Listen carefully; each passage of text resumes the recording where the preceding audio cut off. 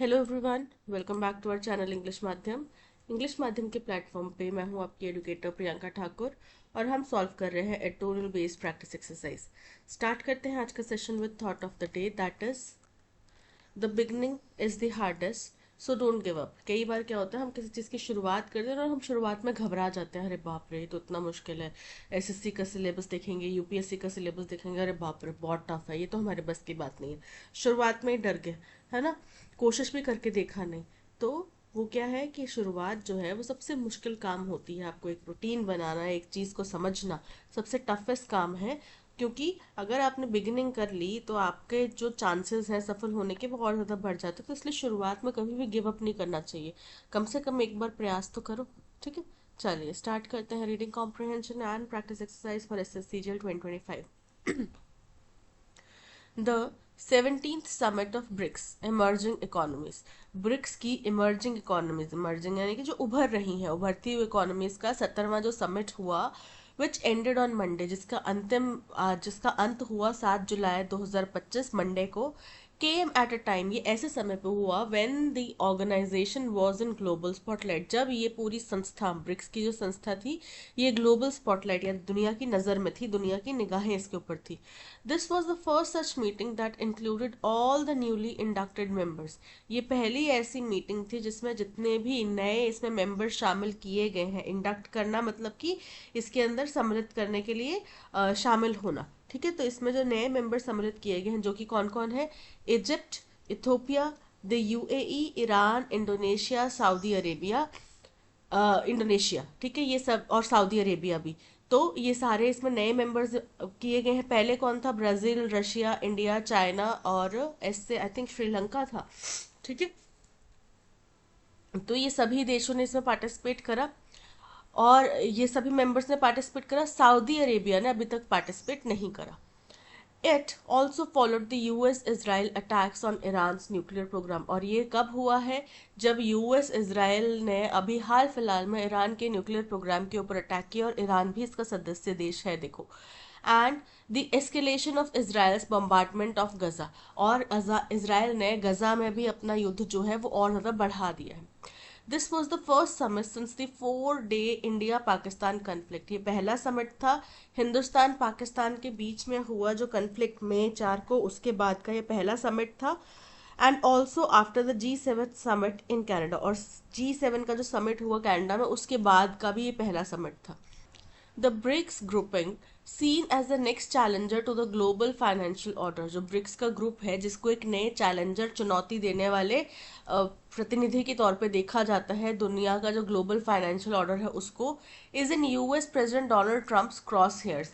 ये US president Donald Trump के निशाने पर है, as he sees it mounting an alternative to the dollar in international trade. क्योंकि वो ऐसा समझते हैं कि ये माउंट कर रहे हैं, यानी कि शुरुआत करने वाले हैं एक ऑल्टरनेट करेंसी की, जो कि यूएस के डॉलर के मुकाबले में इंटरनेशनल ट्रेड में रखा जाएगा। और ये प्रस्तावना जो पहले एक बार ब्रिक्स की मीटिंग हुई थी तब दिया गया था कि हमें ब्रिक्स नेशन को अपना एक कुछ नया करेंसी लेकर आना चाहिए, जिस जो हम देशों में तो कम से कम मान्य हो और डॉलर के कंपैरेटिवली खड़ा हो।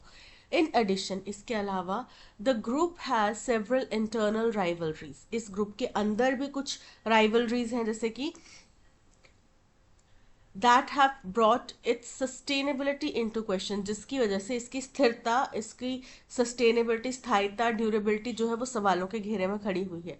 इन अप्रैल के महीने में the BRICS foreign ministers meeting ended without a joint statement. BRICS की जो फॉरेन मिनिस्टर की मीटिंग हुई उसमें कोई भी जॉइंट स्टेटमेंट नहीं हो पाया, as the African members held up the wording on the expansion of the UN security council. क्योंकि जो अफ्रीकन मेंबर्स थे उनने होल्ड अप, यानी कि रोक लगाई, किसके ऊपर? जो यूएन सिक्योरिटी काउंसिल की शब्दावली थी, शब्द इस्तेमाल किए गए थे जॉइंट स्टेटमेंट के लिए, उसको यहाँ पे ऐसे, यहाँ पे साउथ अफ्रीका है, ठीक है, श्रीलंका नहीं है, साउथ अफ्रीका है। तो उसका जो विस्तार यहाँ पे शब्द का इस्तेमाल किया गया था वो उनने मना कर दिया कि नहीं, हमें मंजूर नहीं है। मीन वाइल, और वहीं, despite India's clarification in March that it is not considering de-dollarization of trade in any form, कि हिंदुस्तान ने मार्च के महीने में क्लैरिफाई किया था कि वो किसी भी तरीके का डी डॉलरिफिकेशन यानी कि डॉलर की वैल्यू को कम करना है, डॉलर से मुक्तिकरण के ट्रेड में किसी भी तरीके का ऐसा नहीं चाह रहा है, and that there is no unified BRICS position on the issue, और ब्रिक्स के देशों का भी इसके ऊपर कोई सहमति नहीं बन पाई है। ब्राजील्स president Lula da Silva double down on rhetoric against the US. फिर भी जो ब्राज़ील के प्रेसिडेंट है लूला ड सिल्वा ने उन्हें डबल डाउन ऑन यानी कि जोर दिया किसके ऊपर, रेटरिक यानी कि उस बात के ऊपर और जोर दिया जो कि यूएस के अगेंस्ट में जा रही है, सेइंग, ये कहते हुए that BRICS proves the world doesn't need an emperor, कि ब्रिक्स साबित करता है कि दुनिया को एक शासक की जरूरत नहीं है, एक एम्प्रर की जरूरत नहीं है। Mr. Trump has since repeated threats that BRICS countries would face an extra 10% tariffs. उसके बाद से मिस्टर ट्रंप ने इस बात को बार बार रिपीट किया है, धमकी को, कि ब्रिक्स के जो कंट्रीज हैं उन पे एक्स्ट्रा 10% का टैरिफ लगाया जाएगा due to groupings anti American stance, क्योंकि इस ग्रुप ने अमेरिका के विरोध कदम उठाया है, रुख रखा है। And awkward moment for New Delhi as it attempts to conclude a trade agreement with Washington, जो कि दिल्ली यानी कि भारत के लिए एक ऑकवर्ड असहज मोमेंट हो जाता है, क्योंकि हम वॉशिंगटन के साथ में एक ट्रेड अग्रीमेंट करने के, कंक्लूड करने के यानी कि समाप्त करने यानी कि उसकी ट्रेड अग्रीमेंट के ऊपर जो बातचीत है ना उसको अंतिम मुकाम तक पहुंचाने पे पहुंच चुके हैं, हम प्रयास कर रहे हैं। और ऐसे में अगर ये शब्द आते हैं तो वो समझ में आता है कि हमारे विरोध में जा सकते हैं, क्योंकि हिंदुस्तान ब्रिक्स का फाउंडिंग मेंबर है। डिस्पाइट ऑल द चैलेंजेस, अब सभी चुनौतियों के बावजूद, the Rio declaration underline the basic cohesion and consensus within BRICS. तो जो रियो डिक्लेरेशन में, रियो डिजनेरियो में यहाँ पे कुछ डिक्लेरेशन हुआ होगा, तो उसमें क्या किया गया, अंडरलाइन किया गया यानी कि जोर दिया जो बेसिक कोहेशन, कोहेशन का मतलब क्या होता है, बेसिक यूनिटी, और कंसेंसस यानी कि सहमति विद इन ब्रिक्स के मेंबर में बनी ऑन रेंज ऑफ इश्यूज, कई सारे मसलों के ऊपर। इन द जॉइंट स्टेटमेंट, तो जॉइंट स्टेटमेंट में there was strong language against the attacks on Gaza, Gaza के ऊपर जो हमले हो रहे हैं उसके विरोध में बहुत स्ट्रॉन्ग शब्दावली का इस्तेमाल किया गया, and condemnation of the strikes on Iran, और स्ट्राइक्स जो की गई ईरान के ऊपर उसकी भी निंदा की गई। Given the risk to nuclear safety, और ये दर्शाता है, ये देखते हुए कि न्यूक्लियर सेफ्टी के लिए कितना बड़ा एक खतरा हो चुका है, बढ़ चुका है। India was able to ensure a paragraph with tough language, Hindustan एक बहुत ही कठोर शब्दों वाला पैराग्राफ शामिल करवा पाया, condemning the Pahalgam terror attack, जिसमें कि पहलगाम के टेरर अटैक्स को कंडेम किया गया, निंदा करी गई, and references to terror financing and cross border movements of terrorist, और जिसमें कि इस बात को भी रेफरेंस किया गया, इस बात को भी डाला गया कि टेरर की फाइनेंसिंग हो रही है परली तरफ से, बॉर्डर के पार से, और क्रॉस बॉर्डर जो टेररिस्ट मूवमेंट हो रहा है उसके बारे में भी यहाँ पर रेफरेंस दिया गया। India and Brazil won endorsements of the whole grouping on playing a larger role at the UN, Hindustan और ब्राजील दोनों को ही एंडोर्समेंट यानी कि समर्थन हासिल हुआ, जीता उनने पूरे ग्रुप की तरफ से, किस बात के ऊपर, playing a role, playing larger role यानी कि बड़ी भूमिका निभाने के लिए, किसमें, यूएन में, इंक्लूडिंग द सिक्योरिटी काउंसिल, जिसमें कि सिक्योरिटी काउंसिल भी शामिल है। The absence of the Chinese and Russian presidents allowed more space for the non-P5 countries to promote a common vision for the global south. अब क्योंकि यहाँ पे चाइना और रशिया के प्रेसिडेंट मौजूद नहीं थे, तो ऐसे में इनको एक स्पेस मिला, एक मौका मिला कि जो non-P5 कंट्रीज थी, ठीक है, उन्होंने भी अपना जो कॉमन विजन है उसका यहाँ पे विस्तार किया, उसको यहाँ पे बताया लोगों को, जो कि किसके लिए है, ग्लोबल साउथ के लिए, adding several important resolutions on energy security, जिसमें की वजह से कुछ और इम्पॉर्टेंट महत्वपूर्ण रेजोल्यूशन यानी कि संकल्प एनर्जी सिक्योरिटी को लेके, क्लाइमेट चेंज को लेके, रीऑर्डरिंग द WTO को लेके यहाँ पे शामिल किए गए। The Rio Declaration also took a stern view on US move on tariff. रियो में जो डिक्लेरेशन हुआ उसने एक कठोर, स्टर्न मतलब कठोर रवैया रखा जो यूएस का टेरिफ्स को लेके कदम है उसके बारे में। As India prepares for its leadership of the BRICS grouping next year, अब अगले साल ब्रिक्स की अध्यक्षता हिंदुस्तान करेगा, तो अब जैसे जैसे हिंदुस्तान अपनी अध्यक्षता की तैयारी कर रहा है अगले साल के ब्रिक्स की, that now represents about half the global population, जो इस वक्त पे दुनिया की आधी आबादी को रिप्रेजेंट करता है। Around 40% of the global GDP, दुनिया के जीडीपी का 40% हिस्सा ब्रिक्स कंट्रीज से आता है। And a quarter of global trade, और ग्लोबल ट्रेड का 1/3 हिस्सा है। It can move forward with this consensus, fulfilling the vision for the grouping's acronym that Mr. Modi recast as Building Resilience and Innovation for Cooperation and Sustainability। बोल रहे हैं तो वो इस सहमति के साथ में आगे बढ़ सकते हैं उस विजन को देखते हुए, जो कि ब्रिक्स का जो एक्रोनिम है उसके लिए मोदी जी ने दिया। वो कैसे कह के ब्रिक्स, BRICS ये है। तो बी से बिल्डिंग, आर से रेजिलियंस, आई से इनोवेशन, सी से कोऑपरेशन, एस से सस्टेनेबिलिटी। ये उनने ब्रिक्स का एक्रोनिम बना दिया। ठीक है, तो इसके लिए वो क्या कर सकते हैं, रिकास्ट कर सकते हैं, यानी कि पुनर्निर्माण कर सकते हैं। ठीक है, इस चीज का पूरे सहमति से, सभी ब्रिक्स कंट्रीज सहमति से इस दिशा में काम कर सकते हैं। तो ये था पैसेज, आई होप आपको समझ में आया होगा। अब चलते हैं क्वेश्चन नंबर 1 की तरफ। क्वेश्चन नंबर 1 हमसे पूछ रहा है what is the tone of the passage. Passage की टोन कैसी है? ऑप्टिमिस्टिक, कुछ पॉजिटिव दिखा यहाँ पे? बिल्कुल पॉजिटिव दिखा हमें। यहाँ पे एक उम्मीद तो ब्रिक्स कंट्रीज से पहले ही लगाई जा रही है कि ये जो ग्लोबल ऑर्डर का एक ऑल्टरनेट हो सकता है, जो इस वक्त का ग्लोबल ऑर्डर चल रहा है, इकोनॉमिक ऑर्डर चल रहा है, उसका ऑल्टरनेट ब्रिक्स बन सकता है। ये उम्मीद तो पहले से ही जताई जा रही है। बाकी जो यहाँ पे रेजोल्यूशन हुए उसमें कैसे कंट्रीज ने अपने डिफरेंसेस को हटा के, साइडलाइन करके, कैसे कुछ मुद्दों पे सहमति जताई, और दूसरे देशों को जो न्यू मेंबर्स थे उनको भी सुना गया, उनको भी प्लेटफॉर्म प्रोवाइड किया गया। ये अच्छी बात है। तो पॉजिटिव है, ऑप्टिमिस्टिक। अलामस चिंताजनक है, यहाँ पे तो चिंताजनक कोई बात नहीं हुई।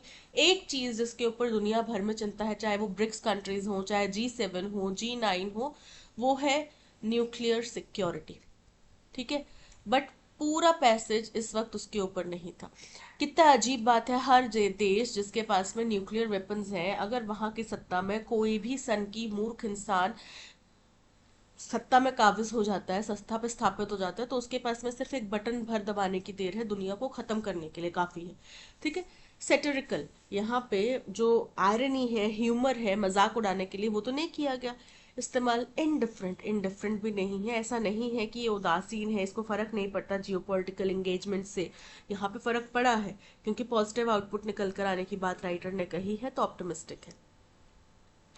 डिस्पाइट इंटरनल राइवलरीज, आंतरिक दुश्मनी के बावजूद भी, एक्सटर्नल प्रेशर्स के बावजूद भी, the Rio Declaration dash a sense of unity and shared goals among BRICS members। dash a sense of unity क्या दिखाया? कॉन्ट्राडिक्शन। कॉन्ट्राडिक्शन मतलब भेद, विभिन्न, विपरीतार्थक। ठीक है, डाउन प्लेड, डाउन प्लेड का मतलब होता है किसी चीज को कम करना, उसकी उस चीज की मजबूती को कम करना। तो यहाँ पे तो वो और मजबूत हुआ। अंडरलाइन, जोर दिया गया, तो जोर दिया गया एकता के ऊपर, और जो शेयर्ड गोल्स हैं ब्रिक्स मेंबर्स के, उनके ऊपर। डिसमिस्ड, नजरअंदाज किया गया, खारिज किया गया, तो इनकरेक्ट है। What was one of the key diplomatic gains for India in the 17th BRICS summit? तो इसमें एक बहुत जो डिप्लोमेटिक गेन हिंदुस्तान के लिए रहा, देखो ब्रिक्स की पहले फाइनेंस मिनिस्टर्स की भी मीटिंग हुई थी, उसमें हिंदुस्तान अपना जो पहलगाम टेरर अटैक है उसको मेंशन करवा पाने में जॉइंट डिक्लेरेशन के अंदर नाकामयाब रहा था। ठीक है, बट यहाँ पे हम इस बात में कामयाब हुए कि हम इसके अंदर पहलगाम टेरर अटैक्स को, cross border terror funding, cross border terror movement, इन चीज़ों को शामिल करवा पाए। ठीक है, तो ये हमारे लिए एक बहुत बड़ी डिप्लोमेटिक विन है। Support for ending the Russia Ukraine war, तो यहाँ पे तो सपोर्ट नहीं दिख पाया। ठीक है, क्योंकि रशिया खुद इसका मेंबर है, right. Approval of a BRICS central bank, इस चीज़ की भी बात नहीं हुई, क्योंकि यहाँ पहले आई थिंक पिछले या उससे पिछले बार की जो मीटिंग हुई थी उसमें ये डिस्कस हुआ था कि हमें एक ऑल्टरनेट करेंसी लागू करनी चाहिए, बट जब से ट्रम्प आए हैं सत्ता में उसके बाद से कोई भी देश इस बारे में बात नहीं कर रहा है, फेयरिंग दी टैरिफ्स, रेसिप्रोकल टैरिफ्स, क्योंकि ट्रम्प के पास में एक ही हथियार है, टैरिफ लगा दो, टैरिफ लगा दो। A formal push for BRICS to adopt the rupee as global currency, rupee को यहाँ पे ग्लोबल करेंसी के तौर पे नहीं पुश किया गया है, ये इनकरेक्ट है। Inclusion of strong language on cross border terrorism, बिल्कुल करेक्ट है। क्रॉस बॉर्डर टेररिज्म के ऊपर कठोर शब्दों में निंदा की गई है, उसको निंदनीय बताया गया है, so option D is correct. Why was the 17th BRICS summit considered significant on global stage. ये क्यों महत्वपूर्ण माना गया है ग्लोबल स्टेज पे? क्योंकि बहुत कुछ बड़ी जियोपॉलिटिकल इवेंट्स के बाद में दुनिया के इतने बड़े कुछ देशों का साथ में आना ये दर्शाता है कि हमारे विचार अलग हो सकते हैं, पर्सनल ओपिनियन या कंट्री के ओपिनियन अलग हो सकते हैं, बट बातचीत से निष्कर्ष निकाले जा सकते हैं, जैसे कि G7 समिट के बाद में ये हो रहा है। ठीक है, उसके बाद में इतना बड़ा इजराइल और अमेरिका ने मिलके ईरान के ऊपर अटैक किया, न्यूक्लियर फैसिलिटीज के ऊपर वहां पे, तो इसके बाद में घटनाक्रम हो रहा है। ठीक है, तो यानी कि यहाँ पे काफी सारे मल्टीपल ओपिनियंस को एक प्लेटफॉर्म पे जगह मिल सकती है। It was held during India's G20 presidency. Incorrect है. It included only G7 P5 members for the first time. ऐसा भी नहीं है. It followed major geopolitical events and included newly inducted members. Correct है. It resulted in a formal BRICS military alliance. तो ऐसा भी कोई यहाँ पे समझौता नहीं हुआ. आप खुद सोचो, हिंदुस्तान और चाइना की मिलिट्रीज एक साथ आके कुछ कर रहे हैं वहां पे, है ना, दूसरे देश में जाके मदद कर रहे हैं, कितना अच्छा ये एक नज़ारा होगा देखने वाला, राइट। तो ये इनकरेक्ट है, यहाँ पे ऐसा कोई समझौता नहीं हुआ है। हुआ ये है कि पहली बार कुछ मेजर जियोपॉलिटिकल इवेंट्स के बाद ये हुआ है, और उसके बाद में जो नए इंडक्टेड मेंबर्स हैं वो यहाँ पे शामिल हुए हैं। What is the main theme of the passage? Passage की main theme क्या है? What can be inferred about India's diplomatic approach at BRICS summit from the passage? ठीक है, first है India took an openly anti-US position aligning with Brazil. Incorrect है, ऐसा कुछ नहीं, हिंदुस्तान ने नकारा कि नहीं नहीं हम ऐसा कुछ नहीं बोल रहे। India passively agreed with all BRICS statements without conditions. ये भी incorrect है। India carefully balanced strategic interest by maintaining ties with the US while asserting concerns on terrorism. Correct है। India demanded BRICS form a joint military alliance against cross-border terrorism. ये भी incorrect है। Joint military alliance का कोई जिक्र नहीं किया गया यहाँ पे, एटलीस्ट हमें पैसेज में नहीं देखने मिला। ठीक है, हो सकता है वहां पे हुआ हो डिस्कशन, पर पैसेज में हमने नहीं पढ़ा, राइट। तो यहाँ पे सीधा सा ये है कि हिंदुस्तान ने एक स्ट्रैटेजिक बैलेंस दिखाया, यूएस के साथ में भी अपने रिश्ते खराब नहीं करना चाहता वो, और फिर भी ब्रिक्स के देशों से ये भी स्वीकार करवा लिया कि भाई हाँ, क्रॉस बॉर्डर टेररिज्म हो रहा है हिंदुस्तान में। सो सी इज करेक्ट, यही हिंदुस्तान की सबसे बड़ी डिप्लोमेटिक विन है इस वक्त के लिए। दैट्स ऑल, आज के पैसेज में इतना ही। इसी तरीके का full 25 question practice exercise solve करने के लिए आप हमारा पेड कोर्स ले सकते हैं। पेड कोर्स में आपको parajumble, cloze test, RC, antonym synonym के क्वेश्चंस, एरर फाइंडिंग के क्वेश्चंस मिलेंगे जो कि बिल्कुल एग्जाम पैटर्न बेस्ड होंगे। तो आप अपनी प्रैक्टिस को और इम्प्रूव करने के लिए पेड कोर्स अपनी वेबसाइट, हमारी वेबसाइट या फिर ऐप से ले सकते हैं। कोर्स रिलेटेड कोई क्वेरी है तो आपको नीचे कॉन्टैक्ट नंबर दिया है, वहाँ पे कॉल भी कर सकते हैं। Thank you so much for watching. अगर कंटेंट पसंद आया हो तो लाइक, शेयर और सब्सक्राइब जरूर कीजिएगा। मिलते हैं नेक्स्ट सेशन में। Till then keep learning and keep practising. Bye bye.